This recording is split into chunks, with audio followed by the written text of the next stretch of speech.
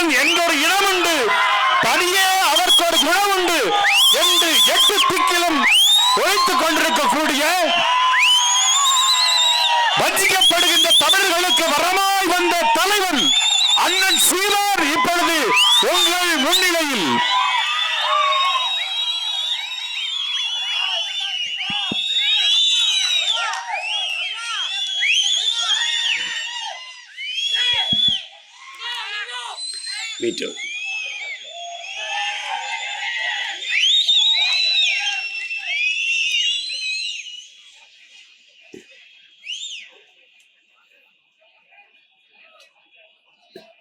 தமிழ்நாடு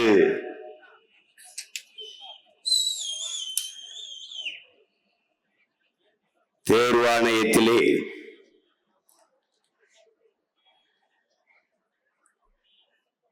நடக்கிற முறைகேடுகளால் பாதிக்கப்பட்ட நம் உடன் பிறந்தார்களுக்காக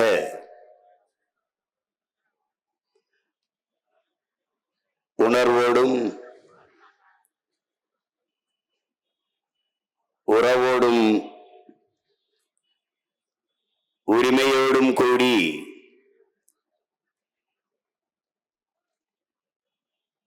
இந்த போராட்டத்தை பொதுக்கூட்டமாக நடத்தி கொண்டிருக்கிறோம். இந்த கூட்டத்திலே இன உணர்வோடும் மான உணர்வோடும் கூடியிருக்கிற என் உயிரோடும் உணர்வோடும் கலந்து வாழ்கிற என் அன்பு உறவுகள் அனைவருக்கும் வணக்கம்.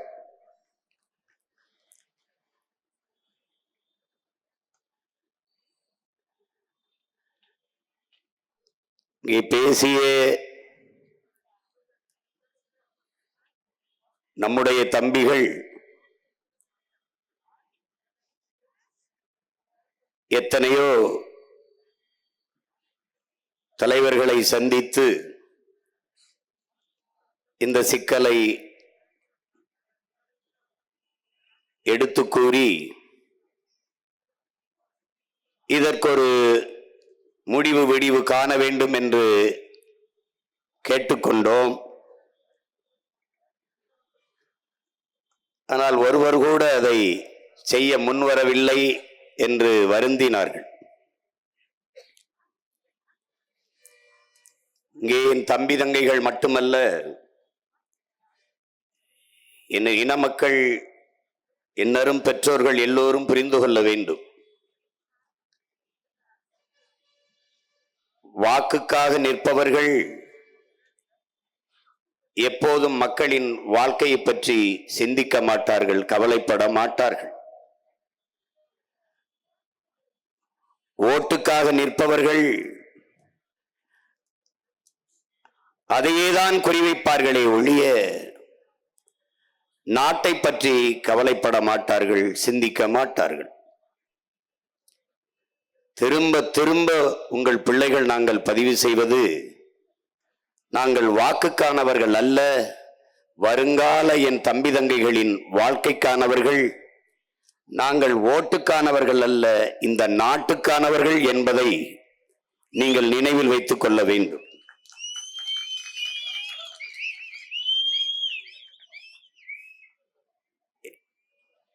என் தம்பிகள் நாங்கள் தலைவர்களை சந்தித்தோம் என்றார்கள். அது தவறு.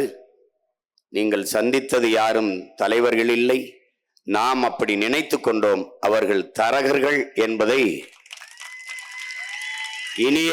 இனிமேலாவது நாம் புரிந்து கொள்ள வேண்டும்.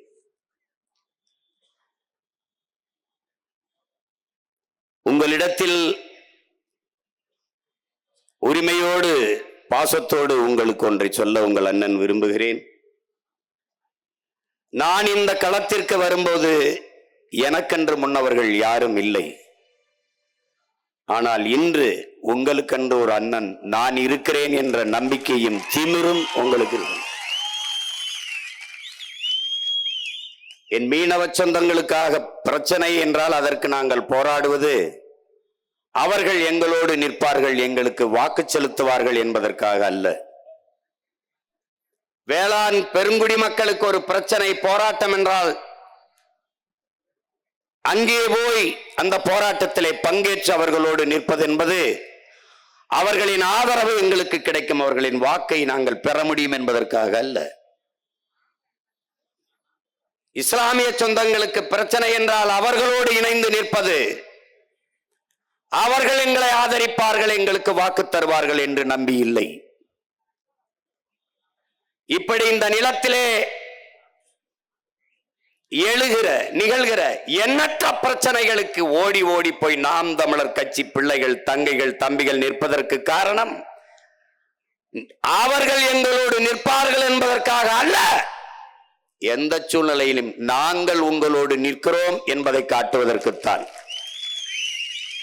அதை எண்ணரும் தமிழ் சொந்தங்கள் விளங்கிக் கொள்ள வேண்டும். எந்த ஒரு சிக்கலையும் ஒப்புக்கு பேசுகிறவன் எவன், உளமாற பேசுகிறவன் எவன், அப்பன் செத்ததற்கு ஒப்பாரி வைப்பவன் எவன், உளமாற ஆளுகிறவன் எவன் என்று தெரியாதவன் இங்கே வாழ்வதில் அர்த்தம் இல்லை. மக்களின் பிரச்சனைகளை மனதிலிருந்து, இதயத்திலிருந்து எடுத்து பேச முடியாமல் எழுதி வைத்து படிப்பவர்களால் இந்த நாட்டிற்கு எந்த பயனும் இல்லை.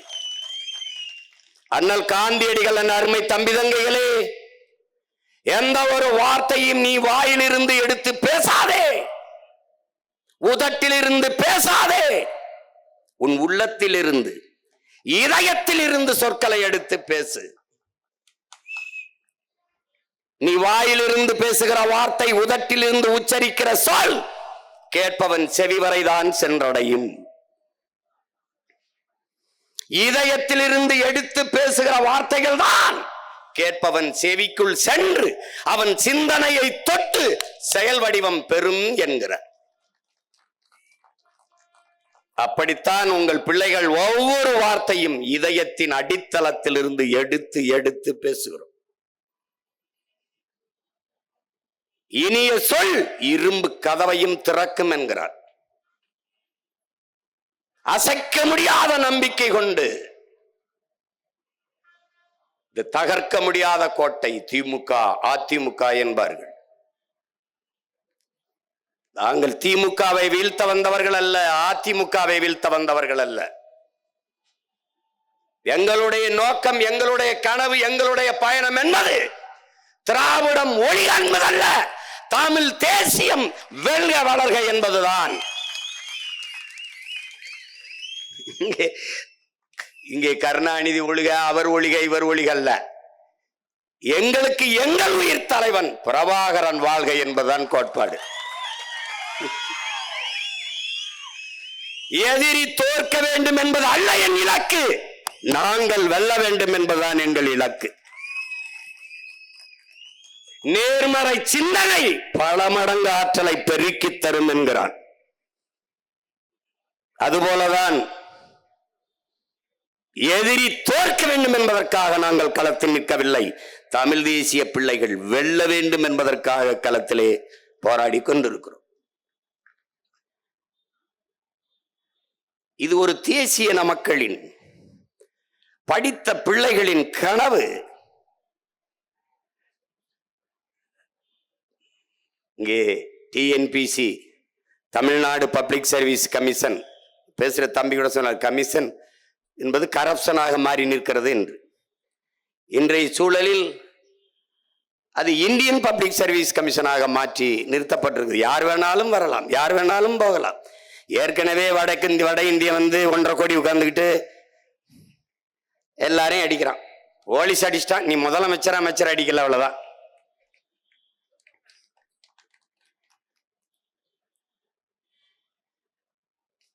$75 லட்சம் பேர் வேலை இல்லாமல் தேர்வு எழுதிவிட்டு விண்ணப்பித்து விட்டு வெளியே நிற்கிறார்கள்.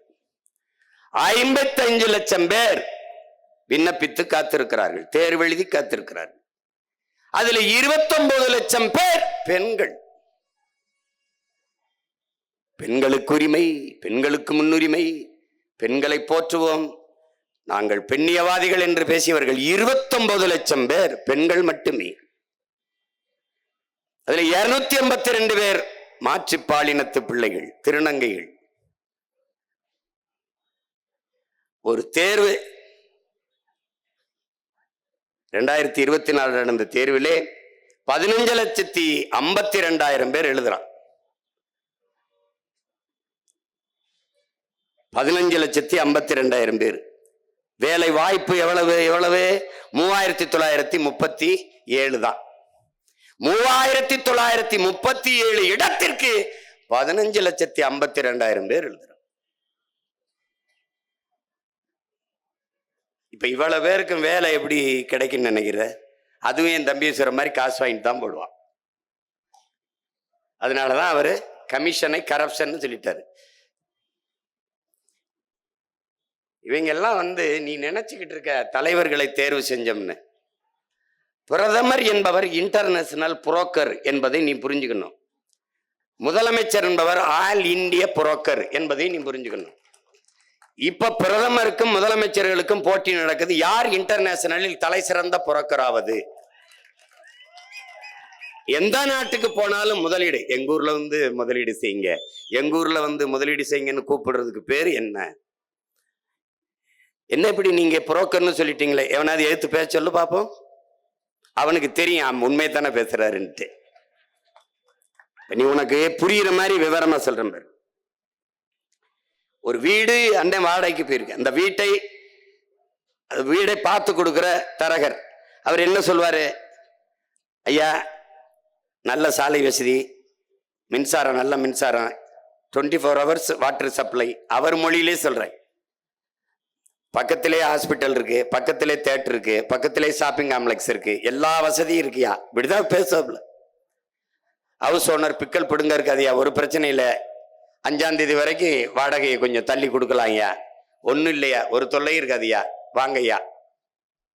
அந்த வீட்டு உரிமையாளர்கிட்ட போய், ஐயா கணவன் மனைவி 2 குழந்தைகள் தான் ஐயா, ஒருத்தர் இல்லைங்கய்யா, மாசமான ஒரு 2 லட்சம் சம்பளம் டான்னு வாடகை கொடுத்துருவாருங்கய்யா, ஆள் தள்ளின்னி போடாது சலம்பாதியா, ஒரு பிரச்சனை இருக்காதியா, நீங்க அவருக்கே வீட்டை கொடுக்கலாம்யான்னு பேசுவாப்ல. அந்த வீட்டு உரிமையாளர்கிட்டையும் வீட்டுக்கு குடிவரவர்கிட்டையும் பேசி இங்கேயும் தரகர் காசு, இங்கேயும் தரகர் காசை வாங்கிக் கொள்வதற்கு பேர் என்ன? வீட்டு புரோக்கர். ஜப்பான் போய், அமெரிக்கா போய், ஆஸ்திரேலியா போய், அரபு நாடுகளில் போய் என் நாட்டுக்கு முதலீடு செய்ய வாங்க முதலாளிகளே.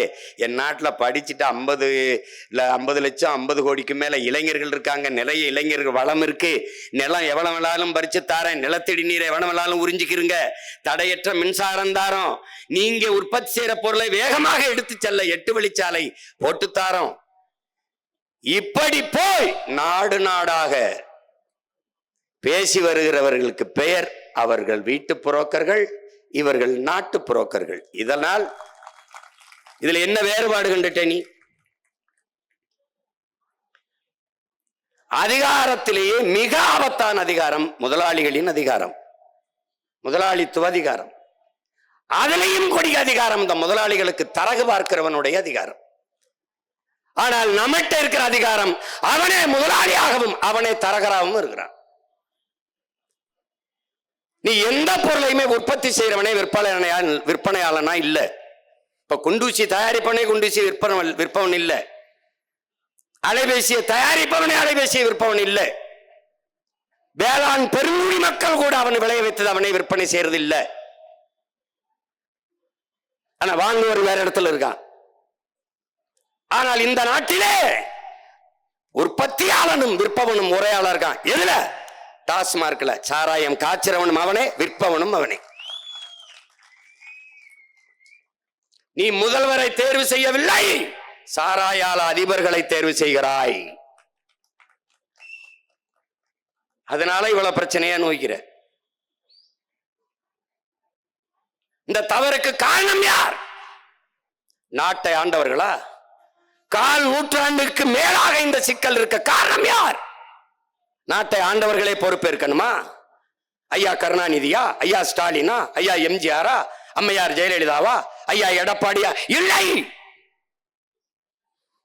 ஒரு அதிகாரம், ஒரு ஆட்சியாளன் தவறான ஆட்சியை செய்கிறான் என்றால் அதற்கு அந்த ஆட்சியாளனை பொறுப்பேற்க முடியாது.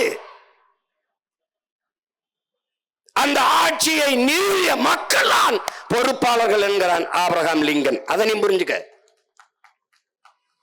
தவறை செய்தவனை தண்டிக்காது, அவனை தோற்கடிக்காது, வீழ்த்தாது விட்டது யாரோட பிழை?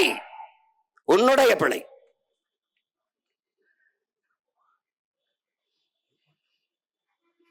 நீதான் பட்டறையில் வைத்து இரும்பை அடித்து அருவாவை செய்தாய். அருவாளை செய்து அவன் கையில் கொடுத்தாய். இது வெட்டுதா இல்லைன்னு என்னை வெட்டிப்பார் என்று நீதான் சொன்னாய். அவன் வெட்டி எட்டு விளையாடுகிறான். இவ்வளவுதான். எந்த அதிகாரம் உன்னை வஞ்சிக்கிறது? எந்த அதிகாரம் உன் கல்விக்கு தகுதியான வேலையை தர மறுக்கிறது? எந்த அதிகாரம் ஊழல் லஞ்சத்தை பெற்றுக்கொண்டு உன் வேலையை தர மறுக்கிறது? தெரிந்தும் நீ ஏன் அந்த அதிகாரத்தை தொடர்ந்து நிறுவினாய்? இது யாருடைய தவறு? யாருடைய தவறு? கற்றவர்கள் தானே மற்றவர்களுக்கு வழிகாட்ட வேண்டும். ஆனால் கற்றவர்கள் எல்லாரும் விலகி நின்றீர்கள். தீமைக்கு, அநீதிக்கு தொடர்ச்சியாக துணை நின்றீர்கள். அதனால் பிரச்சனை உங்களுடைய பிரச்சனையே உங்களால் தீர்க்க முடியவில்லை. இதற்கு ஒரே வழிதான் இருக்கிறது. மக்களின் பிரச்சனைகளை அதிகாரம் கவனத்தில் எடுக்காத போது அதிகாரத்திற்கு மக்களே பிரச்சனையாக மாற வேண்டும். அப்போதான் என்ன பிரச்சனைன்னு கேட்க வருவான். இப்ப அதனால என்ன? அதனாலதான் இந்த பிரச்சனையை பிரச்சனையாக மாற்றுவதற்கு உங்க மகன் இந்த பெரம்பலூர் மண்ணிலே வந்து நின்றுட்டு பிரச்சனைடாது. என்ன பிரச்சனை? இந்த ஊர்ல பேசிட்டு அப்படி விட்டு போயிருவேன் நினைக்காத. ஒவ்வொரு நாளும் பேசுவேன். இது எப்படி சரி செய்ய முடியும்? யாரு சரி செய்ய முடியும்? நீ செஞ்சா நன்றியுமே வாழ்த்துவேன், செய்யலைன்னா நான் வந்து சரி செய்வேன். அவ்வளவுதானே. அந்த நம்பிக்கை, இந்த உறுதியில தான் இந்த களத்துல நின்று கொண்டிருக்கிறோம். எல்லாமே தவறு, எல்லாமே தவறு. எத்தனை லட்சம் பேர் வேலை இல்லாமல் படி என்கிறார்கள். நாங்கள் தான் படிக்க வைத்தோம் என்கிறார்கள். இல்லை, படிக்க வைத்தவன் காமராஜ். ஊருக்கு ஒரு பள்ளிக்கூடம் திறந்து படிக்க வைத்தவன் காமராஜ், என் தாத்தன். குடிக்க வைத்தவர்கள் இவர்கள்.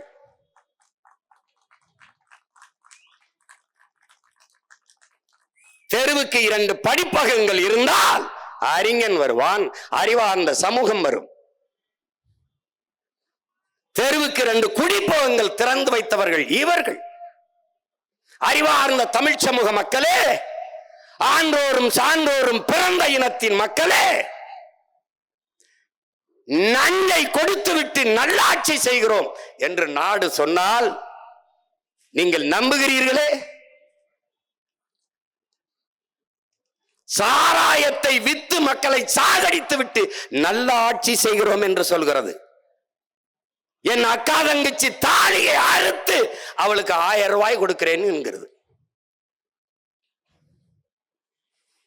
படிக்க போகும்போது தமிழ் மகனுக்கு 1000, படிக்க போகும்போது என் தங்கைக்கு புதுமை பெண், அதுக்கு 1000. திட்டம், இதெல்லாம் திட்டம். இதுக்கு 500 கோடி, 900 கோடி, 1500 கோடி, இப்படி பண விரயம் கொடுக்கிறார்கள். படிக்க போகும்போது என் தங்கைக்கு 1000, தம்பிக்கு 1000. படிப்பை முடித்து விட்டால் 1000 தருவாரா? இல்லை. படித்து முடித்து விட்டால் 1000 தர ஆள் இல்லை. அப்ப என்ன தரணும்? வேலை தரணும். அந்த வேலையை யார் தருவார்? தெரியாது. எப்படி இருக்கு? ஏன் இவ்வளவு சிக்கல் வருது? இவ்வளவு வேலை வாய்ப்பு, இவ்வளவு பிரச்சனை இருக்குது. ஏன் இதுக்கு முறையான தேர்வு செய்து அதுகளுக்கு பணியமர்த்தி பல்லாயிரக்கணக்கான இடங்கள் காலி இடங்களா இருக்கு, அதுல உரியவர்களை தேர்ச்சி வர வைத்து தேர்வு செய்து ஏன் பணியமர்த்த முடியல? அதுல என்ன பிரச்சனை இருக்குது? என்ன சிக்கல்? 12,000 பகுதி நேர ஆசிரியர்கள் பணி நிரந்தரத்திற்கு வீதியிலே நிற்கிறார். 60,000 பேர் ஆசிரியர் பணிக்கு தேர்வு எழுதி தேர்ச்சி பெற்று பணி நியமனத்திற்கு நடுத்தெருவில் வீதியிலே நிற்கிறார். அவன் போராட வருகிறான். எனக்கு பணி நிரந்தரம் தான், எனக்கு பணி நியமனம் தான் என்று போராட வருகிறான். போராட அனுமதிக்கவில்லை இந்த அரசு. அங்குதான் என் அன்பு மக்களே, என் உயிர் தலைவன் எங்களுக்கு சொல்கிறான், பிரிட்டிஷார் நம்மை அடிமைப்படுத்தி ஆண்டார்கள். நாம் அவர்களை எதிர்த்து சுதந்திரத்திற்காக போராடினோம். போராட அனுமதித்தான். அந்த ஜனநாயகமாவது அவனிடத்திலே இருந்தது. விடுதலை பெற்ற இந்தியா இழந்த உரிமையை கேட்டு போராடுகிறோம். நியாயமாக நமக்கு கிடைக்க வேண்டிய உரிமைக்காக போராட வருகிறோம். போராடக்கூட அடிமையில் அனுமதி இல்லை என்றால் நீ எவ்வளவு கீழான அடிமை நிலையில் நிற்கிறாய் என்பதை பார். வெள்ளையனையும் விட கொடிய அடிமை ஆட்சியை இந்த கொள்ளையர்கள் நடத்தி கொண்டிருக்கிறார்கள் என்பதை நீ எண்ணிப்பார்.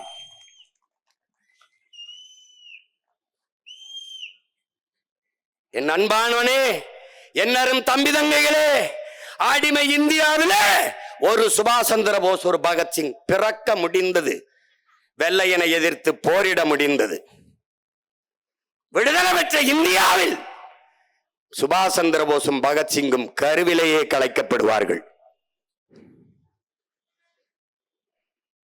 இங்கே நிகழ்வது ஆட்சி அல்ல, ஆட்சி போல ஒரு காட்சி.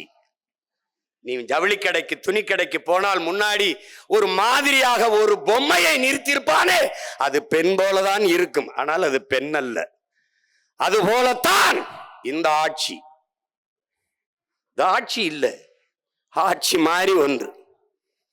நீ குடிக்கிறது எப்படி பால் இல்லையோ, பால் போல ஒன்றோ, அது மாதிரி இது. ஆனா வெள்ளையா இருக்கும். ரொம்ப கவனத்துல எடுத்துக்கிட்டு இது சிந்திக்கணும். என்னென்ன வேலை செஞ்சு வச்சிருக்கான்னு நினைக்கிறேன் நீ? 6ஆம் வகுப்புல இருந்து 10ஆம் வகுப்பு இருக்கிறதா கேள்வி கேட்கப்படும் அப்படின்னு விதி. தமிழ்நாடு தேர்வாணையத்தில், தமிழ்நாடு அரசு தேர்வாணையத்தில். ஆனா நீ இந்த 6ஆம் வகுப்பு 10ஆம் வகுப்பை தாண்டி எல்லா கேள்வியும் கட்டு வச்சிருக்க. 3 மணி நேரம் தான் தேர்வு எழுதுறதுக்கு நேரம். கேள்வியை படித்து என்ன கேள்வின்னு பொருள் புரிந்து கொண்டு பதில் எழுதுவதற்குள்ளேயே நேரம் முடிஞ்சு வருது. அவ்வளவு கடினமான கேள்வியை, கடுமையான கேள்வியை கட்டு வச்சிருக்க. ஆங்கில வழியில் பயின்றவனுக்கு எளிமையான கேள்வியை கொடுக்கிற, தமிழ் வழியில் பயின்றவனுக்கு மிக மிக கடுமையான கேள்வியை முன்வைக்கிற. இதன் நோக்கம் என்ன? எப்படி இது? நீ கேள்வித்தாள மதுரையில் ஒரு பேருந்துல ஒரு அதிகாரி, ஒரே ஒரு அதிகாரி ஒருத்தர் எடுத்துட்டு போறாரு. ஒரே ஒரு காவலர் துணைக்கு போறாரு. அது கொண்டு வந்ததை முத நாளே வழிமறித்து எப்படி இருக்கு? தேர்வு அறைக்கு, தேர்வு எழுதுற அறைக்குள்ள வருவதற்கு முன்பே கேள்வித்தாள் பெட்டி பிரிக்கப்படுது என்றால் அப்ப அந்த கேள்வி என்னென்ன இருக்குது இந்த வெளியில சொல்லப்பட்டிருக்கு, கசிஞ்சிருக்குன்னு தான் அர்த்தம். இது 1, 2 முறைகேடு. இவங்க திருட்டுன்னு சொன்னா கோச்சுப்பாங்க. இங்க மருத்துவக் கல்லூரியில சிறுநீரகத்தை திருடிட்டாங்கிறதுக்கு அப்படி திருட்டுன்னு சொல்லக்கூடாது. டேய் டேய் இவங்களெல்லாம்டா, டேய் இவங்களெல்லாம் அங்க வரா கொன்னு புதைச்சு கொல்லி வைக்காம நீ விடுதலை இல்லடா உனக்கு. இங்க பாரா, அவங்கள பாரா, சிறுநீரக திருட்டு என்று சொல்லாதீர்கள், முறைகேடு.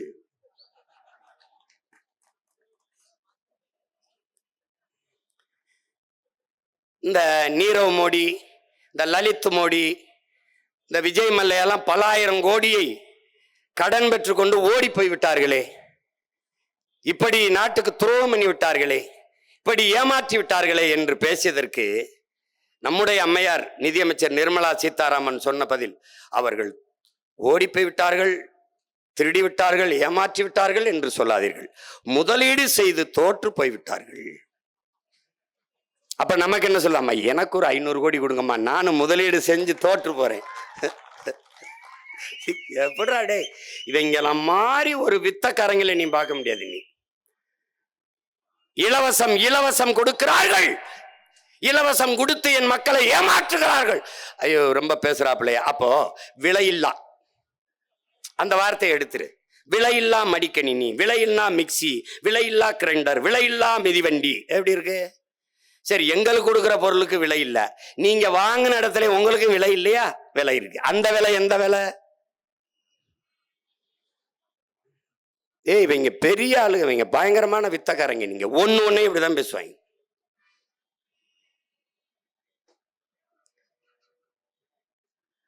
அவன் பாரு, ஒரு பரீட்சைக்கு கேள்வி கேட்டிருக்கான் பாருடா, இவ்வாறு கேள்வி கேட்டிருக்கான்.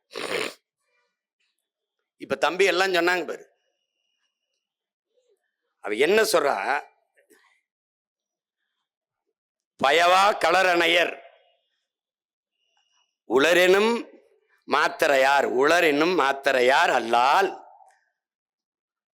பயவா களரணையர் கல்லாதவருங்குது குரல். கற்றறிந்தர் அவையில் கல்லாதவர் பேசுவது நமது எதற்குமே பயன்படாத கலர் நிலம் போன்றது. கல்லாதவர், கல்வி கல்லாதவனை அப்படி சாடுறார் வள்ளுவ பெருமகனார். இது பயவா கலர் அணையர் அப்படிங்கிறதுக்கு நீ என்னமா மொழிபெயர்த்து வைக்கிற? ஆங்கிலத்தில் எப்படி எழுதுற? A breastless woman longing for sex அப்படின்னு போட்டு வச்சிருக்காப்ல. இவன் தான் பெண்ணிய உரிமைக்கு நிக்கிறவன், பெண்ணுக்கு பெருமை போற்றவன் இவன் தான்டா. இந்த மாதிரி கேள்வி எழுதி கேள்வி வச்சிருக்கான்ல, மொழிபெயர்த்து வச்சிருக்கான்ல, இப்படிப்பட்ட அறிவு பெருமக்களை பணிக்கமர்த்தின அயோக்கிய பெயர்றா. இது தமிழ்நாடு தேர்வு ஆணையமா தருதல தேர்வு ஆணையமாடாது? இவன் மேல என்னதான் நடவடிக்கை இருக்குது? இப்படி எழுத தூர போட்டு மறுபடி சரியான முறையில் தேர்வு அப்படியே நடத்துமாடா? மறுபடி நடத்துங்கள் என்பதுதான் நம் பிள்ளைகளுடைய கோரிக்கை. மறுபடியும் நடத்து. இந்த சுரம்பர் card of hair cutting, hair cutting card யாருது? அவன் யாரு? ஹேர் கட்டிங் பண்றவன் காடு தான் எங்களுக்கு. அதில் விளைக்கணும், முடிவெற்றவன் எங்களுக்கு கடவுள் தான், அது வேற. ஆனால் நீ சொல்லுகிற என் மூதாதை வைகுந்தர் ஹேர் கட்டிங் காடலடா. ஹேர் கட்டிங் காடல, என்னை கேரா நினைச்சவனை கட் பண்ண வந்த கடவுள் ராவண்டே. அதை நீ புரிஞ்சுக்கணும். முடிசூடும் பெருமான், சேரமான் பெருமான், முருக பெருமான், சிவபெருமான் என்பது போல என் பாட்டனார் முடிசூடும் பெருமான். அவன் பேரு. கோயிலுக்குள்ள வராதே, தீட்டு.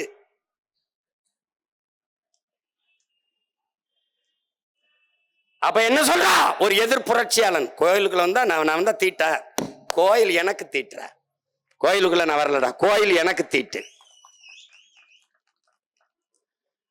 கோயிலிலே இருக்கிறது சிலை, ஆனால் நீதான் தெய்வம். அப்ப என்ன செய்யணும்?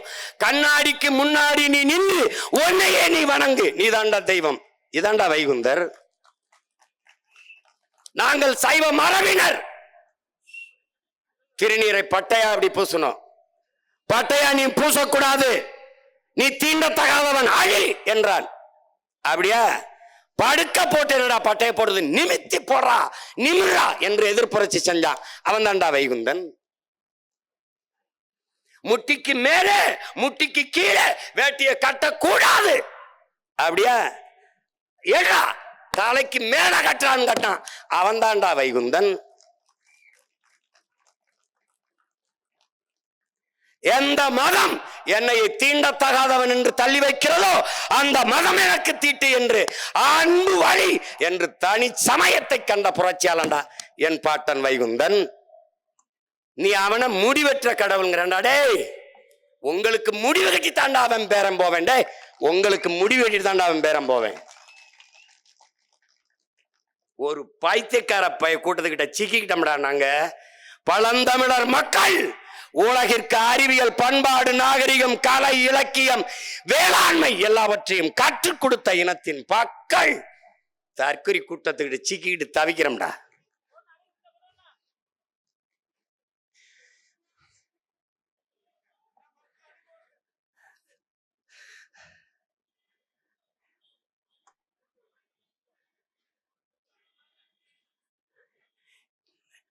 கேள்வியாவது ஒழுங்கா இருக்கா பாரு, கேள்வி கேட்க தெரியல. அப்ப என்ன அறிவார்ந்த ஒரு அமைக்குழு வச்சிருக்க நீ? தேர்வாணையத்தில் கேள்வியை தயாரிக்கிற அமைப்பு குழு எப்படி இருக்கு? அதுலயே உன் தரம் தெரியுது. என்னது இது?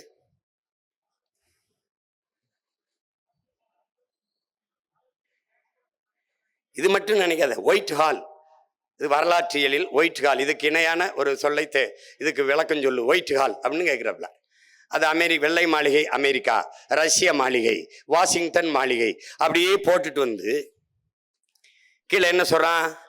பிரிட்டனின் அரசு அலுவலகம் அப்படின்னு போட்டிருக்கான்.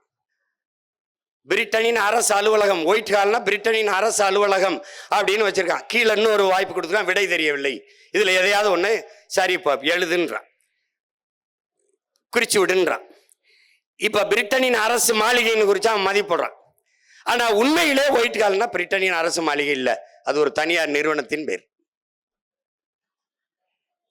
இந்த மாதிரி பைத்தியக்கார பயில்கள்கிட்ட கொண்டு போய் நீ பரீட்சை எழுதுறதுக்கு அவனை கேள்வித்தாள் தயாரின்னு விட்டினா, எழுதுற ஏன் பிள்ளைகள்லாம் பைத்தியமா, கேள்வித்தாள் தயாரிச்ச பைத்தியமா, அதிகாரத்தில் இருக்க பைத்தியமா? என்னடா அது? என்னது இது?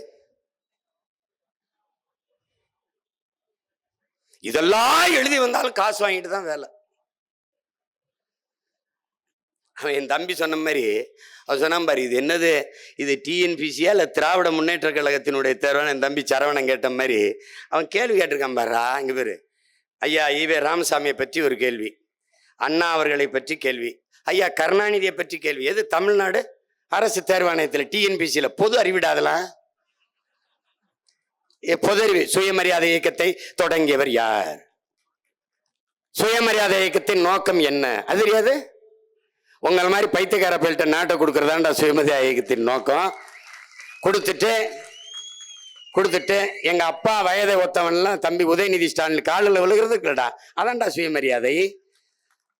தன்மானத்திற்கென்று உயிரை விட்ட ஒரு இனத்தை அவமான சின்னமாக அலைய விடுதாண்டா அதன் நோக்கம். அவமரியாதைகளாக அவமரியாதை சின்னமாக அலைய விடுவதாண்டா சுயமரியாதையின் நோக்கம். எங்கடா இருக்கு சுயமரியாதை? வாழ்க ஒளிகன்னு கத்தணும், காலில் விழுந்து கும்பிடணும், ஐயா சாமின்னு அடிவரடி நிக்கணும். அப்பதான்டா இவனுக்கு, இதான்டா இவன் கண்ட சுயமரியாதை. எங்கடா இருக்கு சுயமரியாதை? எங்க இருக்கு? எங்க இருக்கு? கேள்வி பாரு, எவ்வளவு பொது விடுதலை, புரட்சி, உண்மை, குடியரசு, இந்த இதழ்களை எல்லாம் பத்திரிகை எல்லாம் தொடங்கியவர் யார்? எப்படி? பெண் ஏன் அடிமையானால் இந்த நூலை எழுதியவர் யார்? வகுப்பாரி பிரதிநிதித்துவத்தில் பெரியாரின் பங்கு என்ன? அதான் நான் கேட்கிறேன். என்ன? எங்க கிட்ட கேட்காத, தேர்வு எழுத வந்த என் பிள்ளை கிட்ட கேட்காத, நான் கேட்கிறேன் உன்னைய. என்ன? கவர்மெண்ட் ஜிஓ, கம்யூனல் ஜிஓ, அதுல சொல்லு, கம்யூனல் ஜிஓல என்ன? வகுப்புவாரி பிரதிநிதித்துவத்தில் பெரியாரின் பங்கு என்ன? விடா, அவர் பேரை சொல்லி ஆட்சி நடக்கிற உங்க பங்கு தான் என்னடா? என்ன? சாதிவாரி கணக்கெடுக்க துணிவில்லாத நீ இன்னும் சமூக நீதி, வகுப்புவாரி பிரதிநிதித்துவம் என்ற வார்த்தையை உச்சரிக்க அருகதையற்றவன். நீ காங்கிரஸோட கூட்டணி வச்ச, அவன் தெலுங்கானாவில் அந்த தேவேந்திர எடுத்துட்டான், அந்த இருக்கிற அங்க இருக்கிற முதலமைச்சர் எடுத்துட்டான் சாதிவாரி கணக்கெடுப்பு. கர்நாடகால சீதாராமையா எடுக்கிறார், 24ஆம் தேதிக்குள்ள முடின்றாரு. அங்க பெரியார் உங்க ராமசாமி ஐயா பிறக்கல, ஆந்திரால தெலுங்கானால பிறக்கல, பீகார்ல பிறக்கல, நிதிஷ்குமார் எடுத்துட்டாரு. நீ எடுக்க ஏன் பயப்படுற? தெரிஞ்சிடும். நீ எவ்வளவு நாள் என்னை ஏமாத்தி திருடி தின்றுக்காயின்னு தெரிஞ்சிடும். இப்ப பேசினால என் தங்கச்சி எல்லாம் பேசுறாள். ஒரு மருத்துவக்குழுவில் எத்தனை பேர்? ஒண்ணு இல்ல, இது மட்டும் இல்ல, எந்த இடத்தில் உனக்கு இருக்கு இடம் இருக்கு, வேலை வாய்ப்பு இருக்கு. நெய்வேலி பழுப்பு நிலக்கரி நிலம் என்னது, வளம் என்னது? 299 பேர் வேலைக்கு ஆள் எடுத்தான் மத்திய அரசு பணின்ட்டு. ஒருத்தன் கூட தமிழன் இல்லடா. ஏன்? நமக்கு தன்மான உணர்வு இல்ல, விழிப்புணர்வு இல்ல, அரசியல் வலிமை இல்ல, அதிகாரம் இல்ல. இருக்கிற அதிகாரம் நமக்கு எதிரானது, நமக்கு துரோக அதிகாரம். அதை பத்தி கவலைப்படுமா?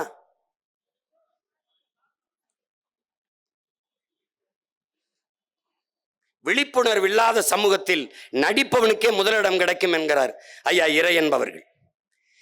விடுதலையின் முதல் படியே விழிப்புணர்வு தான் என்கிறார் எம்முயிர் தலைவர் மேதகவி பிரபாகரன் அவர்கள். விழிப்புணர்வு வேணும், முதல்ல நம்மகிட்ட வேணும், கற்றறிந்த பிள்ளைகள்கிட்ட வேணும். எதற்காக இந்த நிலத்திலே தேர்வு எழுதிவிட்டு வேலைக்காக ஏன் நாம் போராடி நிற்க வேண்டிய நிலைமை ஏன் வந்தது என்ற அந்த சிந்தனை வேணும், அந்த தெளிவு வேணும். முதல்ல இந்த கேள்விக்கு பதிலை நம்ம கண்டுபிடித்து எழுதணும். முதல்ல இந்த கேள்விக்கு எதனால இது, எதனால இந்தி எதிர்ப்பில் பெரியாரின் பங்கு யாராவது சொல்லு. என்ன எழுதியிருப்பான்? இந்த எழுதின என்னடா எழுதியிருப்பா? பெரியாரின் பங்கு. பெரியாரின் பங்கு என்ன? இந்த காட்டு மிராண்டிகளை சுட்டு தள்ளுங்கள், இதான்டா பெரியாரின் பங்கு. மறுப்பவன் எவன்? மறுப்பவன் எவன்? இந்தி நாம் வேண்டாம் என்று சொல்வது இங்கிலீஷ் வராமல் போய்விடும் என்பதற்காகத்தான் என்று பேசிய பெருமகன் நம்ம ஐயா ராமசாமி ஐயா தான். தமிழை சனியன் விட்டு ஒழியுங்கள் என்று பேசியவர் தமிழ் செத்துவிடும் இந்தி திணிப்பால் என்று போராடினார் என்று நீ நினைத்தாயா? இந்தி எதிர்ப்பு போராட்டத்தில் அவர் பங்கு. இந்த காரிகளை ஏன் போராடாத சுட்டு தள்ளுங்கள் என்று சொன்ன பெருமகன் நம்முடைய ஐயா ராமசாமி அவர்கள் தான். அதை எழுதியிருந்தா மதிப்பெண் போடுவியாடா? எப்படி இருக்கு? அடுத்து அறிஞர் அண்ணா அவர்கள்ட்ட வராங்க. பேரறிஞர் அண்ணா கேள்வியிலே ஆக சிறந்த கேள்வி தெரியுமாடா? அறிஞர் அண்ணா என்று அழைக்கப்பட்டது யார்? டேய், அதாவது இவங்களை எத்தனை முறைடா கொண்டுட்டு ஜெயிலுக்கு போறது? நம்மளால ஒண்ணும். அது திராவிட மாடல், அதுல 2.0 தான் ஐயா. இதுவோ ஓஹோன்னு இருக்கு, இதுக்கு மேல 2.0 ஐயா. ஐயா ஐயா ஐயா ஐயா விட்டுருங்க ஐயா. ஐயா முடியல ஐயா. ஐயா ஐயா சாமி, இந்த பாஸ்போர்ட்டையும் தர மாட்டேங்கிறாங்க. இல்ல ராவோட ராவா வேற ஊருக்காவது ஓடி போகலாம். எப்படி பாரு, பேரறிஞர் அண்ணா என்று அழைக்கப்பட்டவர் யார்? யாரா? டே அண்ணா தாண்டா கொன்னா அவர் தான். அண்ணா அவர் திராவிட முன்னேற்ற கழகத்தை எப்போது தொடங்கினார்? 1967 முதலமைச்சரான பிறகு அவர் நிறைவேற்றிய திட்டங்கள் என்னென்ன பார்த்துக்க. மெட்ராஸ் பிரசிடென்சிக்கு தமிழ்நாடு என்று பெயர் வைத்தவர் யார்? அது வைத்த ஆண்டு எந்த ஆண்டு? இப்படியே கேட்டு வராண்டா. இதெல்லாம் வரலாறு, தமிழன் இன வரலாறு. இதுக்கு மேல உனக்கு வரலாறு இல்ல. ஆனால் இங்க இருக்காரு பாருங்க, தமிழ்நாடு தேர்வு ஆணையத்தினுடைய தலைவர், அவர் சொல்லுகிறார் அரசியல் கேள்விகளை கேட்கக்கூடாது என்று சொல்லியிருக்கோம். இது என்ன கேள்வி ஐயா பெருமகனே? இது அறிவியல் கேள்வியா, இல்ல வரலாற்று கேள்வியா, இல்ல புவியியல் கேள்வியா, இயற்பியலா, வேதியியலா, உயிரியலா, மயிரியல்? இதுதான் மயிரியல். அது திராவிட மயிரியல். டே இவங்களை கொளுத்தணுங்கிறது எதுக்கு தெரியுமாடா? 50,000 ஆண்டுகளுக்கு மூத்த நம்மை, வரலாற்று பெருமை கொண்ட ஒரு இனத்தின் மக்களை, பேரரசனுடைய பேரன் பேத்திகளை, ஆதி மொழி தமிழ், ஆதி மாந்தன் தமிழன், அவனை இந்த திராவிட கட்சி தொடங்கிய காலத்திற்குள்ளே சுருக்குவாண்டா. பெரியார், அண்ணா, கருணாநிதி, எம்ஜிஆர், ஜெயலலிதா இதுக்குள்ளேதான் சொல்லுவான். இவனுக்கு சிங்காரவளர் தலைவன் இல்ல, சிவானந்தம் தலைவன் இல்ல, இவனுக்கு அயோத்திதாசன் தலைவன் இல்ல, ரெட்டமலை தலைவன் இல்ல, MC ராஜா தலைவன் இல்ல, ராமசாமி படையாச்சி தலைவன் இல்ல. அவன்லாம் கிடையாது, அவன்லாம் ஒண்ணும் கிடையாது. இந்த செக்கு இழுத்தானே எம் பாட்டன், அவன் தலைவன் இல்ல. பாபு சிதம்பரம் தலைவன் இல்ல, அவன் தலைவன் இல்ல. சிறைவட்டானே காமராஜ், அவன் தலைவன் இல்ல. சிறைவட்டானே தெய்வ திருமகன் முத்துராமலிங்க தேவர், அவன் தலைவன் இல்ல. படிக்க வைத்தானே பாமர தலைவன் தாத்தன் காமராஜ், அவன் தலைவன் இல்ல. வடக்கு எல்லைக்கு போராடினானே மாப்போ சிவஞானந்தம், சிவானந்தம், அவன் தலைவன் இல்ல. மாப்போ சிவஞானம் தலைவன் இல்ல. தெற்கல்லை மீட்பிலே போராடி நின்றானே மார்சல் நேசமணி, அவன் தலைவன் இல்லை. சிவானந்தம் கிடையாது, சிங்காரவேலன் கிடையாது, எவனும் கிடையாது, இவன் தான் தலைவன்.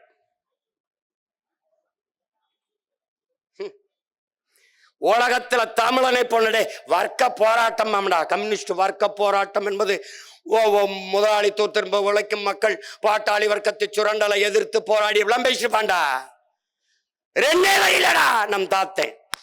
வசதி படைத்தவன் தரமாட்டான், வயிறு பசித்தவன் விடமாட்டான். இதாண்டா வர்க்க போராட்சி. அவ்வளவுதான்டா, முடிச்சிட்டான்டா,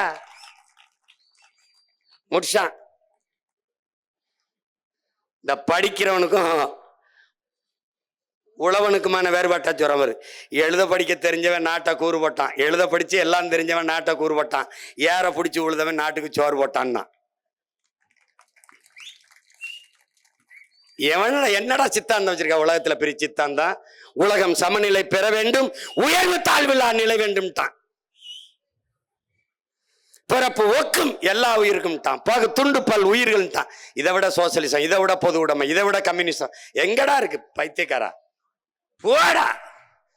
புதியது ஒரு உலகம் செய்வோம், கெட்ட போரிடும் உலகத்தை வேரோடு சாய்ப்போம். பொது உடைமை கொள்கை திசையட்டும் சேர்ப்போம், புனிதமோடு அதை எங்கள் உயிரென காப்போம் தான நம்முடைய புரட்சி பாவலன் தாத்தன் பாவேந்தன் பாரதிதாசன்.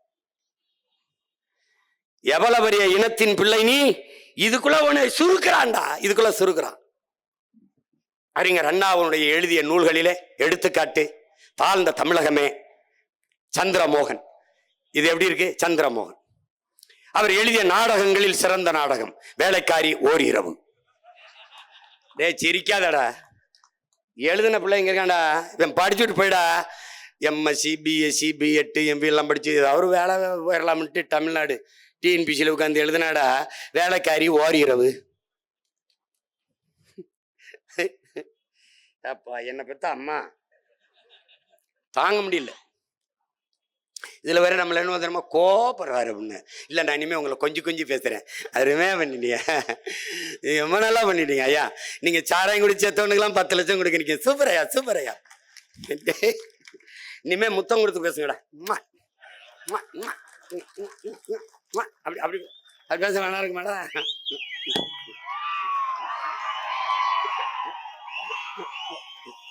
கொடுமை. நம்ம கிட்ட குத்துப்பாட்டும் இல்லைன்னா ஆட்டமாவது போட்டுருக்கலாம், அதுவும் இல்லை, வெறும் கொள்கை பாட்டா இருக்கு. என்ன பண்றது, ஒரு கூட்டம் நம்மளை ரொம்ப கஷ்டப்படுத்துறா சாமி, ரொம்ப கஷ்டப்படுத்து. இவ்வாறு அடுத்துடா இன்னும் இருக்குடா, இன்னும் இருக்கு, அப்படியே வருதுடா. அப்புறம் ஐயாட்ட வருதுடா, தானே தலைவர் தன்மான தலைவர் டாக்டர் கலைஞர், அவர்கிட்ட வருதுடா ஐயா கருணாநிதி அவர்களை பற்றி கேள்வி. இவர்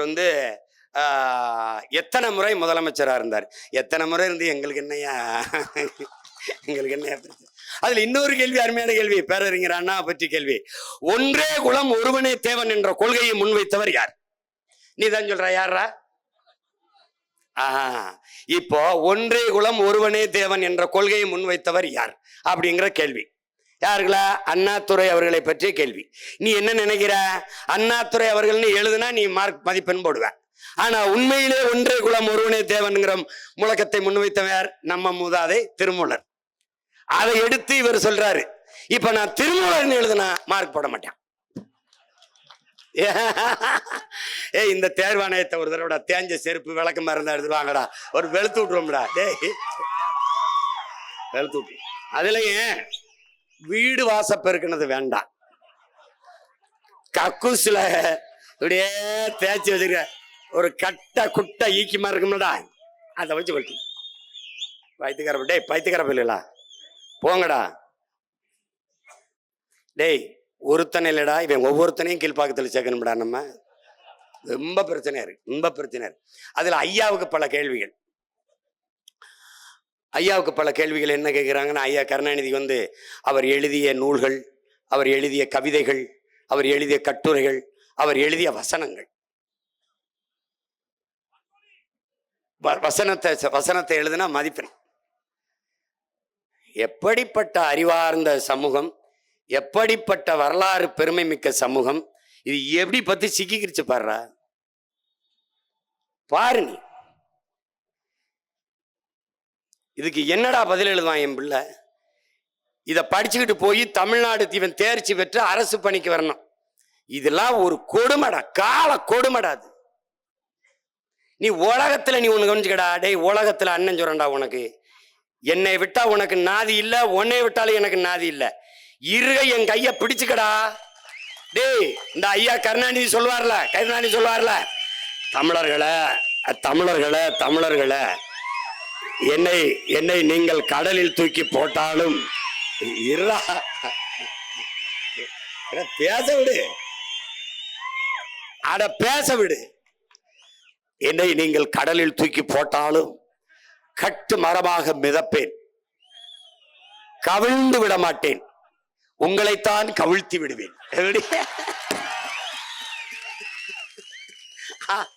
அப்படி கவிழ்ந்தவங்க தான் நம்ம. புரியுதில்ல உனக்கு? அப்படி கவிழ்ந்தவங்க தான் நம்ம. இப்ப இதே மாதிரி உங்க அண்ணன் சொல்றேன் பாரு, இருக உங்க அண்ணன் கைய பிடிச்சுக்க. உயிரே போனாலும் என்னுடைய உடல் உன்னோடதான் வருமே ஒழிய உன்னை விட்டு போக மாட்டேன்.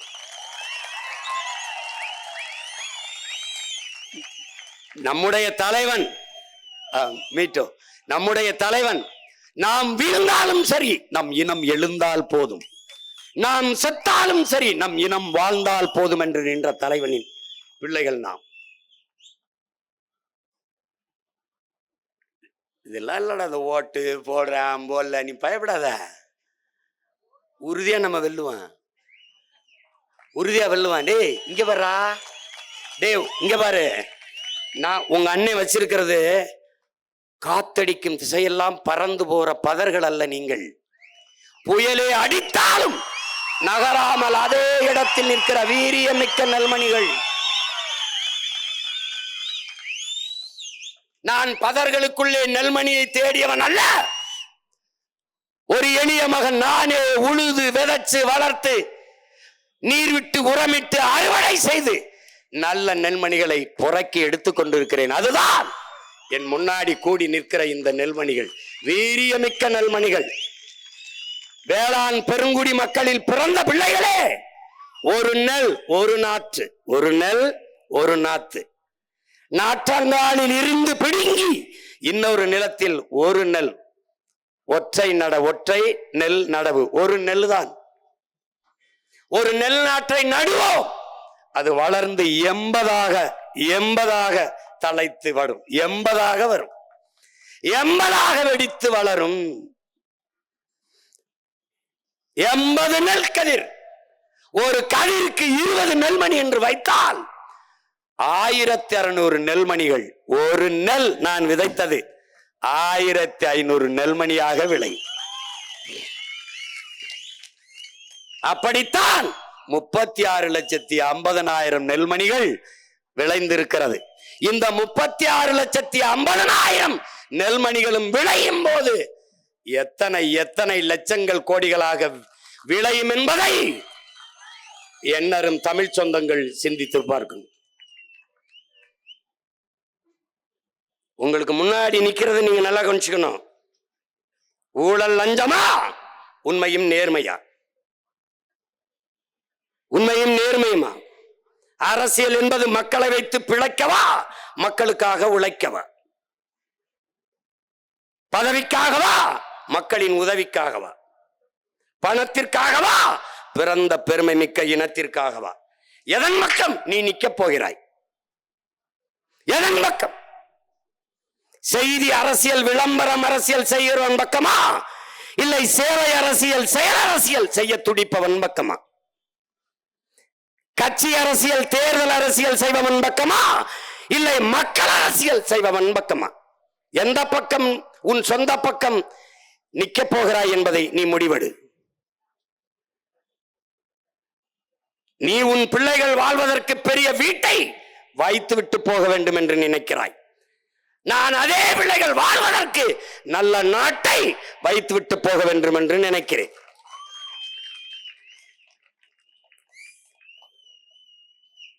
நீ காசை சேர்த்து வைத்து விட்டு போக வேண்டும் என்று நினைக்கிறாய். நான் சுவாசிக்க அதே பிள்ளைகளுக்கு நல்ல காத்தை வைத்து விட்டு போக வேண்டும், காற்றை வைத்து விட்டு போக வேண்டும் நினைக்கிறேன். நீ உன் பிள்ளைகளுக்கு தங்கத்தை வைத்து விட்டு போக வேண்டும் என்று நினைக்கிறாய், நான் குடிக்க நல்ல தண்ணீரை வைத்து விட்டு போக வேண்டும் என்று நினைக்கிறேன். படிக்க கல்வி, பார்க்க வேலை, வேலைக்கேற்ற சம்பளம், அதை கொண்டு வாழ்கிற பெருமைமிக்க வாழ்வை என் பிள்ளைகளுக்கு கொடுக்க வேண்டும் என்று நினைக்கிறேன். நீ எதன் பக்கம் நிற்க போகிறாய்? இதுதான் உனக்கு முன்னால் நிற்பது. இங்கே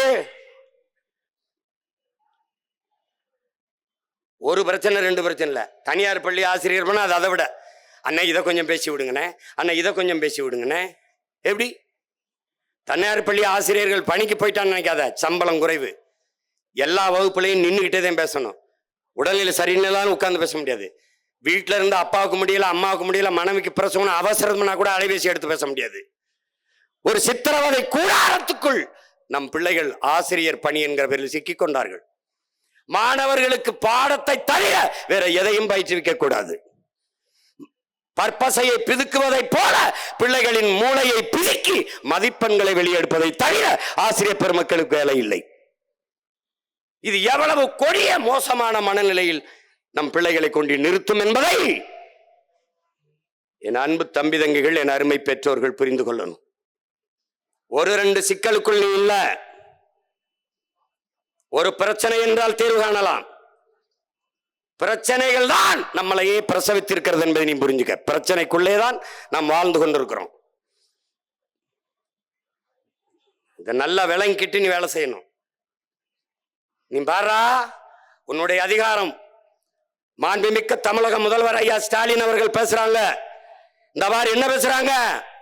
எளிய மக்களுக்காக போராடுவதற்காகவே அதிகாரம் என்று பேசுறாங்க. நீ என்ன புரிஞ்சுக்கிற? எளிய மக்களுக்காக போராடுவதற்காக அதிகாரம். எப்படி வேடிக்கையா இருக்க பாரா. எளிய மக்கள் போராடுவதே உங்க அதிகாரத்தை எதிர்த்துத்தான். இந்த போராட்டமே உங்க அதிகாரத்துக்கு எதிராகத்தான். அதிகாரம் வந்த பிறகு எளிய மக்கள் போராட வேண்டிய அவசியம் இல்லாமல் ஆக்குவதற்குத்தான் எளிய மக்களுக்கான அதிகாரம். ஆனால் அதை சொல்லாம எளிய மக்களுக்காக போராடுவதற்கே அதிகாரம் என்றால் யாரை எதிர்த்து போராட போகிறது இந்த அதிகாரம்? எளிய மக்களுக்கான உரிமையை யாரிடத்திலிருந்து பெற்றுத் தரப்போகிறது இந்த அதிகாரம்? என் தம்பிக்கு தான் யாரோ தப்பு தப்பா பக்கத்துல இருந்து எழுதி கொடுக்குறாங்கன்னா, தமிழ்நாட்டின் முதலமைச்சருக்கே பக்கத்துல இருந்து தப்பு தப்பா எழுதி கொடுக்குறாங்க. ஐயா, நீங்களால ஆள மாத்துங்க. இது என்ன? இது ஒரு நாட்டை ஆளுகிற முதிர்ந்த தலைவருடைய கருத்து. அது எளிய மக்கள், அடித்தட்டு மக்களுக்காக போராடவே அதிகாரம் எளிய மக்களை, உழைக்கும் மக்களை, பாட்டாளி மக்களை போராடுகிற நிலைமைக்கு தள்ளாது இருப்பதற்குத்தான் அதிகாரம். எப்படி நாங்க போராடுகிறோம்? எளிய மக்கள், அதிகாரமற்ற மக்கள் யார் இடத்துல? அதிகாரத்திடத்திலே முறையிட்டு. ஆனால் அந்த அதிகாரமே எளிய மக்களுக்காக போராடும் என்றால் எப்படி? என்னையா இது? இது கால கொடுமையா இருக்க. எங்க ஊர்ல சொல்லுவாங்க, கொடுமைன்னு கோயிலுக்கு போனா அங்க ரெண்டு கொடுமை சிங்குன்னு ஆடிக்கிட்டு இருந்துச்சுன்ட்டு. நாம இந்த அதிகாரத்துக்கிட்ட முறையிட்டா அதிகாரமே நான் மக்களுக்காக போராடிக்கிட்டு இருக்கேங்குது. இதுல வர்ற வழியில எல்லாம் பல நூறு கோடி செலவழிச்சு பதாக என்ன தெரியுமா? தமிழ்நாட்டை நான் ஒருபோதும் தலை குடிய விட மாட்டேன். எங்கிட்டு தலை இருந்தா தானே குனியறதுக்கு? இனிமேயா ஐயா நாங்க குனிய போறோம்? ஐயா இனிமேயா? ஐயா டாஸ்மார்க்ல குடிச்சிட்டு நடந்து வரும்போது எங்க அப்பா வேட்டிய வந்துச்சா சட்டிய வந்துச்சான்னு தெரியாம விழுந்து கிடக்குறான்ல, அன்னைக்கே அவன் தலை தொங்கி போச்சியா? எங்கேயா நிமிர்றது? எங்கே நிமிர்வது? எங்கே? 12 என் மீனவனை, எங்கள் ரத்த சொந்தங்களை ஒரே சங்கிலியில் கட்டி சிங்களன் இழுத்து போன காட்சியை பார்த்த அன்னைக்கே தமிழன் தலை தொங்கி போச்சு. மீன்பிடிக்க போன எங்கள் பிள்ளைகளின் தலைமயிரை சிரைத்து மொட்டை அடிக்கும் போது தலை குனிஞ்சு வச்சு. இத்தனாயிரம் ஆண்டுகள் பெருமைப்பட வாழ்ந்த ஒரு இனத்தின் மாதர் குலத்தை 1000 ரூபாய்க்கு கையேந்த வச்ச அன்னைக்கே தலை குனிந்து விட்டது. தன்மானத்திற்காக போரிட்டு மாண்ட ஒரு இனம் மரணத்தை விட மானமே பெரிது என்று களத்திலே பாய்ந்து மாண்ட ஒரு இனத்தின் மக்கள் உயிரினும் மேலானது உரிமை, அடிமை வாழ்வினும் உரிமை சாவு மேலானது என்று போராடி செத்த மறவர்களின் மக்கள் கண் முன்னே தன் அக்கால், தன் தங்கை, தன் பிள்ளைகள் வன்புணர்வு செய்து வலுக்கட்டாயமாக மானபங்கப்படுத்தி உயிர் மாய்க்கப்படும் போது ஒன்றும் செய்ய முடியாமல் தலை குனிந்து ஆளும் போதே தமிழன் தலை குனிந்து விட்டது. அன்றைக்கு அதிகாரத்தில் இருந்த நீங்கள் அந்த தலைகுனிவை சகித்துக் கொண்டு இதே அதிகார நாற்காலியில் சுகமாக உட்கார்ந்திருந்தீர்கள். லட்சக்கணக்காக இன மக்கள் கொன்றொழிக்கப்பட்டார்கள். பிஞ்சு பிஞ்சு குழந்தைகள் குடல் சரிஞ்சு செத்தார்கள்.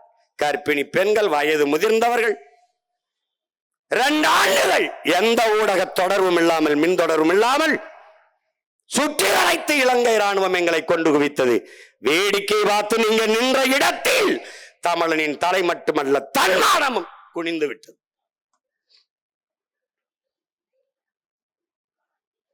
நீங்க படிங்க இந்த வாசகத்தை. தமிழ்நாட்டை தலைகுனிய விட மாட்டேன் என்று எழுதியிருக்கீங்க. அது கொஞ்சம் சின்ன மாறுதல் தேவைப்படுது. தமிழ்நாட்டை ஒருபோதும் தலை நிமிர விட மாட்டேன் என்று நீங்க எழுதுவீங்க. அதான் சரியான பதிவு. சாராயம் குடித்து செத்தவனுக்கு 10 லட்சம் கொடுத்த இடத்திலே என் பரம்பரை பண்பாடு பறந்து போய்விட்டது.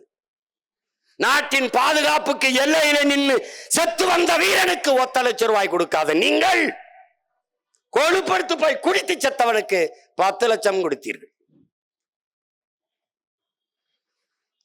கேவலம். தமிழ்நாட்டை எவனோ ரைமிங்கா போடுங்கன்னு இருக்கான். விடியட்டும் முடியட்டும் விடியட்டும் முடியட்டும் வந்தாப்ல. இப்ப 5 வருஷம் கழிச்சு அதே இதை நம்ம பாட வேண்டியது இருக்கு. முடியட்டும் விடியட்டும் முடியட்டும் விடியட்டும் நம்ம சொல்லிட்டு போயிட்டு இருக்கோம். இப்ப அந்த பாட்டை நம்ம தான் பாடுறோம். ஸ்டாலின் தான் வராரு, விடியல் தர போறாரு. எவனாவது நல்ல ஆண்மகன் ஒரு தடவை இப்ப பாடுறா, போடுறான் அந்த பாட்டை, போடு பாப்போம். உங்க வீட்டு வாசல குப்பை வண்டிக்காரன் வருவான். குப்பை அல்ல வாரம் குப்பை, உங்க குப்பை நல்ல குப்பைன்னு பாடிட்டு வருவாங்க. காலையில் அதை பதிவு பண்ணி போட்டான். அதே மாதிரி தெருவா ஸ்டாலின் தான் வராரு, விடியல பாராரு, இதுதான் மக்களோட முடிவு. அது வார்த்தை சரியானது. அதுதான் மக்களோட முடிவு. முடிஞ்சிருச்சு. இதுல 2.0 வேற இருக்கு தம்பி. 2.0 வேற இருக்கு. நீ 0 ஆகிறதுக்கு முன்னாடி எந்திரிச்சுக்கடா, டே நல்லா இருப்படா, உன்னை கும்பிடுறேன்டா. இல்லைன்னா ரொம்ப நாள் கத்த முடியாதா. ரொம்ப கஷ்டம்டா, ரொம்ப கஷ்டம், ரொம்ப கஷ்டம். நீங்க செஞ்ச தவறு தான்டா உங்க பிள்ளைகள் இப்படி கத்திட்டு கிடக்குறான். ஒன்னு திரும்படா, சேகுவரா இருக்கான்ல, கீப விடுதலை புரட்சியாளன் சேகுவரா. அவன் எங்க பேரு நல்லா கவனிச்சுக்க, நண்பர்களோட உட்கார்ந்து படிக்கிறப்ப அரசியல் பேசிட்டு இருந்திருக்காரு. அரசியல் பேசும்போது அவங்க அப்பா அவன் செல்வந்தன்ல, இந்த மாதிரி நண்பர்களோட சேர்ந்து அரசியல் பேசுறதெல்லாம் விட்டு படிக்கிற வேலையை பாருன்னு சேகுவரா அவங்க அப்பனை பார்த்து ஒரு புன்முறுவலை செஞ்சுட்டு, அப்பா நீங்க உங்கள் நண்பர்களோட இது மாதிரி சேர்ந்து அரசியல் பேசியிருந்தா நான் இதை பேச வேண்டிய தேவை வந்திருக்காதுப்பா, நான் படிக்க போயிருப்பேன் அப்படின்னு. படிச்ச நீங்கள்லாம் நமக்கான சரியான தலைவரை தேர்வு செஞ்சிருந்தீங்கன்னா உங்க பிள்ளைகள், உங்களுக்கு பின்னாடி வந்த பிள்ளைகள், நாங்க முச்சந்திலிருந்து கத்திருக்க வேண்டிய தேவை வந்திருக்காது. எந்த நிலைமையில எங்களை நிறுத்திட்டிய? இன்னும் நிறுத்துவிய எங்களை? என்ன விட்டா போயிருவிய? 1000 தான் இருந்தாலும் நம்ம சாதியை விட்டு கொடுக்க முடியாதுல்ல. 1000 தான் இருந்தாலும் நம்ம மதத்தை விட்டு கொடுக்க முடியாதுல்ல.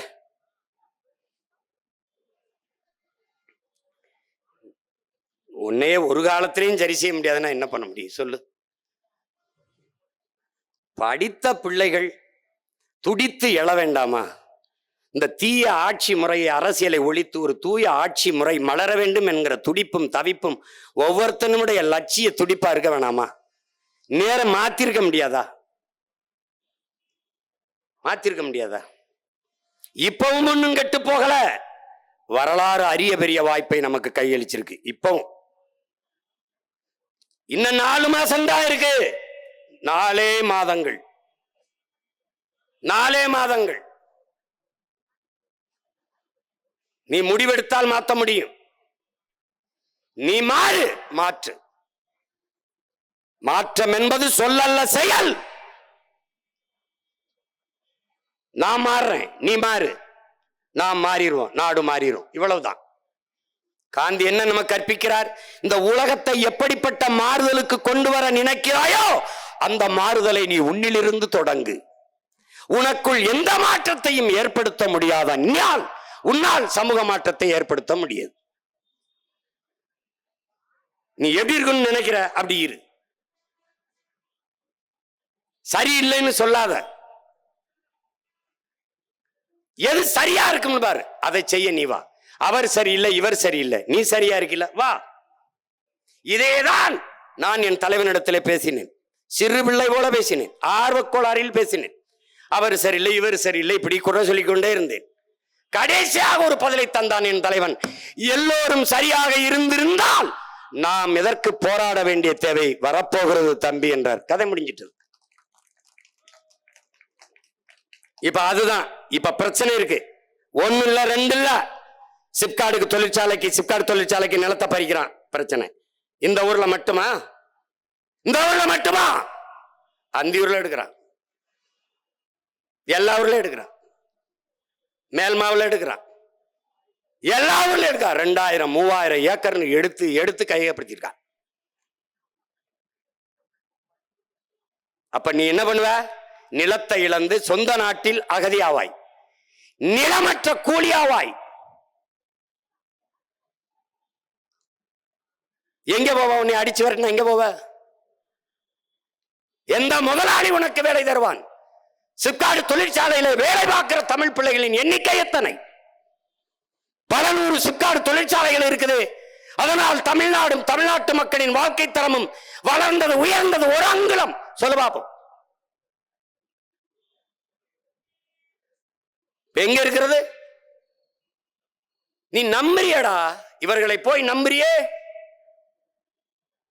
தமிழ்நாடு அரசு, திமுக, கம்யூனிஸ்ட் கட்சி எல்லாம் சேர்ந்து ஒரு போராட்டம் அறிவித்தது. என்னுடன் பிறந்தானே, கீவாவை காப்பாற்றுவோம். ஏய் சிரிக்காத, கீவாவை காப்பாற்றுவோம், தமிழ்நாட்டை விற்போம், கீவாவை காப்போம். எப்படிப்பட்ட தலைவர்களடா அவர்கள்? கீவாவுக்கு என்னடா பிரச்சனை? அங்க ஆக சிறந்த தலைவர்கள் இந்த ஆள்றாண்டா. அவன்கிட்ட கல்வி தனியா இருக்குல்ல, மருத்துவம் தனியா இருக்குல்ல, போக்குவரத்து தனியா இருக்குல்ல, எல்லாம் தன்னகத்தை வைத்திருக்கிறான். ஒரு சின்ன நாடு, ஒரே ஒரு வளம், வெறும் கரும்பு. உலகத்தின் சர்க்கரை கிண்ணம் என்றால் கீவான்னு வந்துடும். கரும்பை மட்டும் வைத்துக் கொண்டு வளமாக அவனால் வாழ முடியுது என்றால், கரும்பு போல எத்தனை வளம், இரும்பு, நிலக்கரி, அது இது, கடல், காடு எல்லாம் வைத்துக் கொண்டு. ஏண்டா 1000 ரூபாய்க்கு எங்க ஆத்தா கையேந்திரா? 60 வருஷம் ஆண்டுட்டாங்களடா 2 பேரும். என் மகன் காலை உணவில்லாமல் பள்ளிக்கூடத்துக்கு படிக்க போறான்டா. அவன் போற உப்புமாவை தின்னுட்டு தான் படிக்க முடியும் என்கிற சோத்துக்கு செத்த கூட்டமாக நம்மளை மாத்திட்டானடா. சோத்துக்கு செத்த கூட்டம். நீயாடா மானத்துக்காக உயிரை விட்டாய்? நீயா மானத்துக்காக தூக்கல தொங்கின மறவன் மருதுபாண்டியன் வாரிசு? நீயா மானத்துக்காக தூக்கல தொங்கின தீரன் சின்னமலையின் பேரனும் பேத்தியும்? நீதானா? போயிட்டு மாண்ட அழகுமுத்துக்கோன், சுந்தரலிங்கம், வெள்ளைத்தேவன், பண்டாரவன்னியன், பெரும்பிடிகின் பிள்ளையாடா நீ? இதா இந்த மானங்கட்ட கூட்டத்திலே மண்டிட்டு 500 1000க்கு அல்லாடி நிக்கிறியடா. இந்த தீபாவளிக்கு மறுபடியும் போய் பிச்சை எடுப்பியே? வேட்டி சேலை கோட்டை கட்டி ஆண்ட நீ கோணி துணி கட்டி படுத்துட்டியடா. உலகத்துக்கு சோறு போட்டவன் சோறு வடித்த தண்ணி ஆறாக ஓடியதுங்கிறான்டா. முத்துல தாண்டா, சிப்பில தாண்டா முத்தெடுத்தான். கரும்பு கண்ணல் மொழியில முத்தெடுத்தாண்டாங்கிறடா. வைத்தியக்கார கதிர்வே இந்த மங்களம்ங்கிறான். அங்கதான் மீத்தன் எடுக்கிறான். கதிரை அடித்து கூரை முழுக்க அந்த வைக்கோலை மேய்ந்து வீடு கட்டியிருந்தான். கதிர்வே இந்த மங்களம்.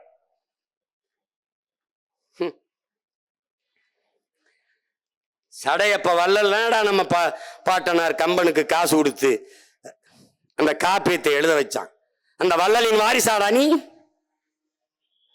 வைத்தியக்காரா, சிவக சிந்தாமணியிலே என்னும் பாட்டன் திருத்தக்கத்தேவன் எழுதுறானடா. வாசலில் நின்று கணவனும் மனைவியும் போவோர் வருவோரையெல்லாம் அழைப்பார்கள். என் வீட்டிற்கு வாருங்கள், விருந்துண்டு செல்லுங்கள். தும்பை பூ போல மல்லிகை பூ போல சமைத்து வைத்திருக்கிறோம். சாப்பிட்டு விட்டு சும்மா செல்ல வேண்டாம். பொன்னும் மணியும் வைடூரியமும் வைரமும் மாணிக்கமும் அள்ளித் தருகிறோம், கொண்டு செல்லுங்கள். பட்டாடைகள் அள்ளித் தருகிறோம் என்று அப்படி சோற போட்டு பரிசுகளை கொடுத்து அனுப்பி வச்ச பரம்பரைடா. எல்லா பயிலும் உலகத்துல வாசல்ல நாயை கட்டினான்டா. நீ மட்டும்தான்டா திண்ணைய கட்டின. போவோன் வருவோன் எல்லாம் விருந்து சாப்பிட்டு இருந்து ஓய்வெடுத்து செல்ல வேண்டும் என்று திண்ணை கட்டி வாழ்ந்த பரம்பரை இன்னைக்கு திண்ணை திண்ணி சோறு திண்ணியா திண்ணையில சோறு திங்கிறவன் ஆயிட்டேன். 13 தலைமுறைக்கு ஒரு தடவை மரபணு மாறுங்கிறான். உனக்கு மாறிடுச்சு, மாறக்கூடாது. கத்தரிக்காய் வெண்டைக்காய் எதுல வேணாலும் மரபணு மாறட்டும். மான தமிழ் மகன் மரபணு மாற விடாத, விட்டாத நீ. இது ஒரு சின்ன பிரச்சனை. டிஎன்பிசி அதெல்லாம் ஒரு மயிர் பிரச்சனைடா. அதை வெண்டுட்டு 6 நொடியில கொண்டுட்டேன் பூரா பேல. எவன்டா அந்த கேள்வி தலை எழுதுனா? டேய் தூக்குடா தூக்குடா தம்பி. எவன்டா அந்த நேரத்தில் தேர்வு ஆணையத்தில் இருந்து வேண்டா தூக்குடா, தொலைச்சு பெறுவேன். எல்லாருக்கும் வேலைடா. 75 லட்சம் பேர் வேலை நிற்கிறானா? அத்தனை பேருக்கு அரசு வேலை. ஆனால் இந்த வேலைக்கு தான் போவேன்னு அடம் பிடிக்கப்படாது. நான் தந்த வேலையை செய்யணும். ஆனால் அரசு வேலை, அரசு வேலை. படித்தவன் படிக்காதவன் அனைவருக்கும் அரசு வேலை. எப்படி கொடுப்ப இப்ப சொல்ல முடியாது, தேர்தல் நேரத்தில் போட்டு காட்டுறேன்.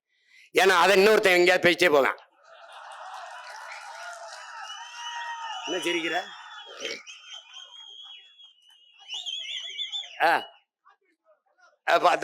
காப்பி அடிச்சிருவான்னா சொல்லிடாதன்றான். அடிக்கிறானா இல்லையாடா? திடீர்னு நீங்கள் மரக்கண்டுகளை நட்டு அந்த போட்டோவை எடுத்து அனுப்பினால் உங்களுக்கு மார்க் தரப்படும். அத நான் பேசும்போது மரத்தை கட்டி பிடிச்சிட்டு அழுகிறான். டேய் உங்களை எல்லாம் நான் எங்கடா போய் கொள்றது? அப்புறம் பனை மரத்தை வெட்டாத, கற்பகத்தரு 840க்கு மேற்பட்ட பயன்பாட்டை நமக்கு தருது. அது நீர் வளத்தை பெருக்கி நிலவளத்தை காக்குதுன்னு அண்ணன் பேசுனது அப்படியே அறிக்கையா கொடுத்து பனை மரத்தை வெட்டாதீங்க. நம்ம பெருசா கூட்டத்துல பேசுறோம்லடா, அவங்கிட்ட ஓரத்துல இப்படி திரும்பி பேசுறோம்ல. நெய்தல் படையின் மீனவ மக்களை காப்பாற்ற நான் ஒரு படை கட்டுவேன், மீனவர் ராணுவம் கட்டுவேன். இப்ப ஆள் எடுக்கிறாங்க. 10ஆப்பு படிச்சிருந்தா போதும், கொஞ்சம் 6 கிலோமீட்டர் ஓட தெரியணும், நீஞ்ச தெரியணும்.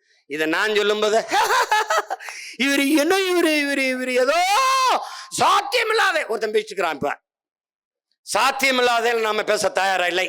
நாம பிராக்டிக்கலா வந்துருவோம். என்ன பிராக்டிக்கல்? டேய் ஏண்டா இப்படி இப்படி பைத்தியமா திரிய அலையிறிய? சாத்தியம் இல்லாத ஒன்றை சாத்தியப்படுத்துவதற்கு பேர் தான் சாதனை.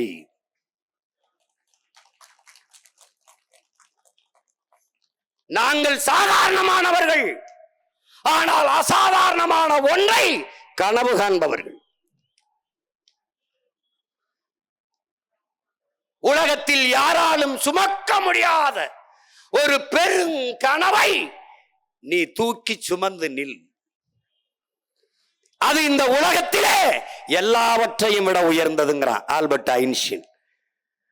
அப்படி உலகத்திலே மிகப்பெரிய கனவை, புனித கனவை, தமிழ் தேசிய இனத்தின் உரிமை, விடுதலை, அதன் எதிர்கால பாதுகாப்பான நல்வாழ்வு என்ற புனித கனவை தூக்கி சுமக்கிற பிள்ளைகள் எது ஒன்றும் சாத்தியத்திலிருந்து பிறப்பதில்லை. என் உடன் பிறந்தார்களே தேவையிலிருந்துதான் பிறக்கிறது. எனவேதான் demand is the mother of invention, தேவையே கண்டுபிடிப்பின் தாய் என்கிறார்.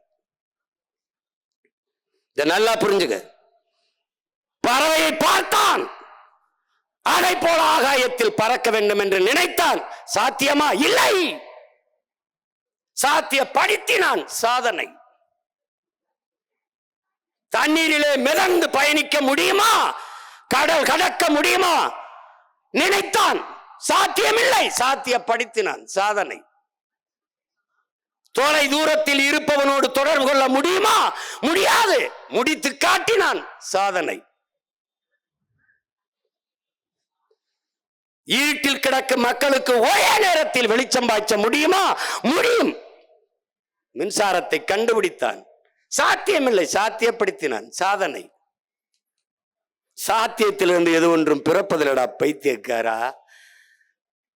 எல்லாருக்கும் பின்புலம். ஒன்னு சாதி, ஒன்னு மதம், ஒன்னு அரசியல், ஒன்னு திரைக்கவர்ச்சி சினிமா, எதுவுமே இல்லாத ஒரு மகன். ஒன்றுமே இல்லை. ஒரு ரூபா காசு இல்லை, ஒரு ஊடக ஆதரவில்லை, ஒருவனும் இல்லை. மூச்சை பேச்சாக்கி இதய துடிப்பை விட லட்சிய துடிப்பை முன்னிறுத்தி ஒரு போராளிக்கு குடும்ப உறவை விட கொள்கை உறவு மேலானது. ஒரு லட்சியவாதிக்கு இரத்த உறவை விட லட்சிய உறவு மேலானது என்ற முழக்கத்தை முன்வைத்து இத்தனை லட்சம் பேரை திரட்டி மூன்றாவது பெரிய கட்சியாக, அரசியல் பேரியக்கமாக வாக்குக்கு ஒத்த ரூபாய் கொடுக்காமல் 8.5 விழுக்காடு வாக்கை பெற்று ஒரு தேர்ட் போர்ஸாக, ஒரு தூய அரசியல் ஆற்றலாக வந்துவிட முடியும் என்றால் திமுக ஐயா ஸ்டாலின் கட்சி அல்ல, அதிமுக ஐயா எடப்பாடியின் கட்சி அல்ல, காங்கிரஸ் அருமை சகோதரர் ராகுல் காந்தியின் கட்சி அல்ல, பாரதிய ஜனதா ஐயா மோடியின் கட்சி அல்ல. ஆனால் நாம் தமிழர் கட்சி என் கட்சி. என் ரத்தம், என் வேர்வை, என் மூச்சு, என் பேச்சு, என் உழைப்பு, என் பிள்ளைகளின் ரத்தம், உழைப்பு, பேச்சு, இது எங்க கட்சி. அப்படி எவனும் சொந்தம் கொண்ட முடியாது.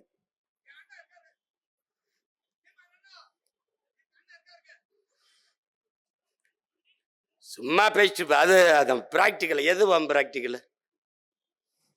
பிராக்டிக்கலா பேசுவோம்ங்கிறதே பார்த்து படிக்க வேண்டியது இருக்குது.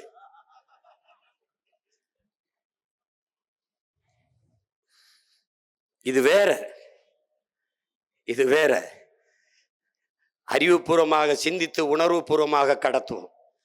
ஜனநாயக முறையில் சிந்தித்து சர்வாதிகாரமாக செயல்படுத்தி வெல்லுவோம்.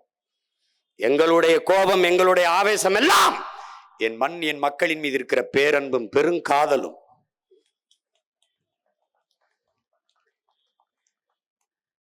என் அன்பு மக்களே, இறைமகன் இயேசு இந்த பூமி பந்தில் மானுட சமூகம் பட்ட துயரத்தை எல்லாம் துடைப்பதற்கு ஒரு சிலுவையை தூக்கினார், சுமந்தார் என்றால் தமிழ் சமூக மக்கள் அல்லப்பட்டு, அல்லல் பட்டு, துன்பப்பட்டு, துயரப்பட்டு, கண்ணீர் விட்டு கதறி வழிக்கிற இந்த துயரங்களாம் துரத்தை அடிப்பதற்காக உங்கள் பிள்ளைகள் நாங்கள் கலப்பை சுமக்கிறோம்.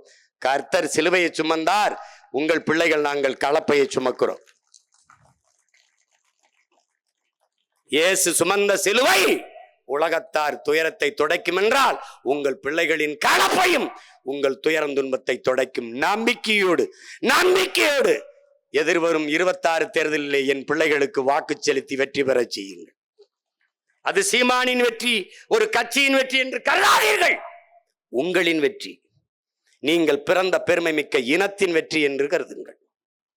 அதை கவனத்தில் வைத்துக் கொண்டு செய்யுங்கள். டிஎன்பிசியிலே நடக்கிற முறைகேடு, வேலைக்காக காத்திருக்கிற பிள்ளைகளின் வேலை வாய்ப்பு, அதையெல்லாம் எளிதாக நம்மளால் நிறைவேற்ற முடியும். எத்தனை காலத்திற்கு முறையிடுவீர்கள்? எத்தனை காலத்திற்கு கோரிக்கை வைப்பீர்கள்? எத்தனை காலத்திற்கு போராடுவீர்கள்? எத்தனை காலத்துக்கு மனு அளிப்பீர்கள்? மண்டியிடுவீர்கள், மன்றாடுவீர்கள்? இதையெல்லாம் மாற்றுவதற்கு இருக்கிற ஒரே வழி அதிகாரத்தை கைப்பற்றுங்கள். அதிகாரம் மிக வலிமையானது. அதை அடைந்து விட்டால் அனைத்தும் எளிமையானது என்பதை அறிந்து துணிந்து இந்த களத்திற்கு வாருங்கள். எனவே என் அன்பிற்குரிய மக்கள், என் அருமை சொந்தங்கள், இந்த மண்ணிலே, இந்த அரியலூர் பெரம்பலூர் மண்ணிலே உங்கள் பிள்ளைகள் 26 தேர்தலிலே போட்டியிடுகிறோம். அதிலே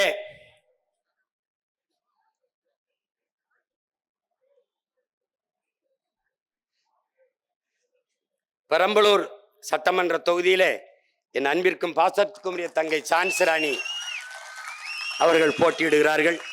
பேராசிரியர் அவர்கள் வா. என்னது குன்னமா? குன்னம் தொகுதியிலே என் தம்பி கீர்த்திவாசன் வழக்கறிஞர் அவர்கள் போட்டியிடுகிறார்கள். அரியலூர்ல என் ஆறுயிர் இளவல் புகழேந்தி அவர்கள் போட்டியிடுகிறார்கள். அறிவிலும் ஆற்றலிலும் உண்மையிலும் நேர்மையிலும் உழைப்பிலும் தலை சிறந்த பிள்ளைகளை நான் பொறுக்கு விதை மரபினன். எல்லா புடலங்காயும் நான் விதைக்கு விடுவதில்லை, எல்லா முருங்கைக்காயும் விதைக்கு விடுவதில்லை, எல்லா கத்தரிக்காய் தக்காளியும் என் பரம்பரை விதைக்கு விடுவதில்லை. அதில் எது சிறந்ததோ அதை தான் விதைக்கு விடுவோம். அப்படி சிறந்த வீரியமிக்க விதைகளை இந்த நிலத்திலே வேட்பாளராக நிறுத்தியிருக்கிறேன். என்னரும் தமிழ் மக்கள் யாரை நம்பி? என் சொந்தங்களை நம்பி. நம்பிய மக்களை கைவிட்டது தமிழன் பரம்பரைக்கில்லை. உங்கள் பிள்ளைகள் எங்களுக்கு மதிப்புமிக்க வாக்கை வேளாண்குடி மகன் விவசாயி சின்னத்திலே தந்து வெற்றி பெறச் செய்யுங்கள். எங்களின் வெற்றி உங்களின் வெற்றி. புரட்சி எப்போதும் வெல்லும். நமது வெற்றி நாளையதை சொல்லும். இலக்கு ஒன்றுதான், இனத்தின் விடுதலை. இனம் ஒன்றாவோம், இலக்கை வென்றாவோம். தமிழ்தாய் வாழ்க, தலைவர் பிரபாகரன் வாழ்க. இந்த தமிழ்நாடு அரசு தேர்வாணையத்தின் தவறுகள் திருத்தப்படும். என் பிள்ளைகள் நம்பிக்கையோடு இருங்கள். நாளைய அரசு நமது அரசு. உங்களுடைய துயரம் துடைத்தெறியப்படும். இது தமிழ் மீது, என் தாயின் மீது, என் உயிர் தலைவன் பிரபாகரன் மீது ஆணை.